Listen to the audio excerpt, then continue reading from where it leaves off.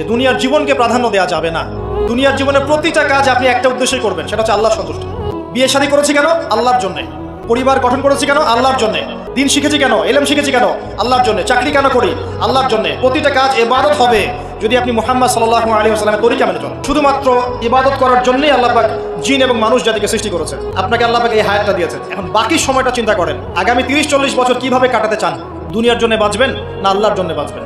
যদি আল্লাহর জন্য বাঁচতে চান, সর্বশেষ হেদায়েত আল কোরআন এবং সর্বশেষ নবী মুহাম্মদ সাল্লাল্লাহু আলাইহি ওয়াসাল্লাম, এর বাইরে কিচ্ছু নাই ভাই।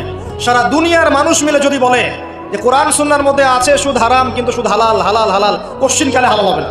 সারা দুনিয়ার মানুষ যদি বলে পর্দা করার দরকার নাই, এটা সেকেলে সেকেলে সেকেলে, এটা সেকেলে হয়ে যাবে না, এটা ফরজ থেকে যাবে, কিচ্ছু নাই কোরআন সুন্নাহর বাইরে, কিচ্ছু নাই। যা আছে দেখছেন মানুষের মন গড়া প্রবৃত্তির অনুসরণ। এখন আপনি যখন কোরআন এবং সুন্নাহর কাছে আসতে চাইবেন, তখন কিন্তু আপনি চতুর্দিক থেকে বাধা পাবেন। এই পথ চলাটা এত সহজ হবে না।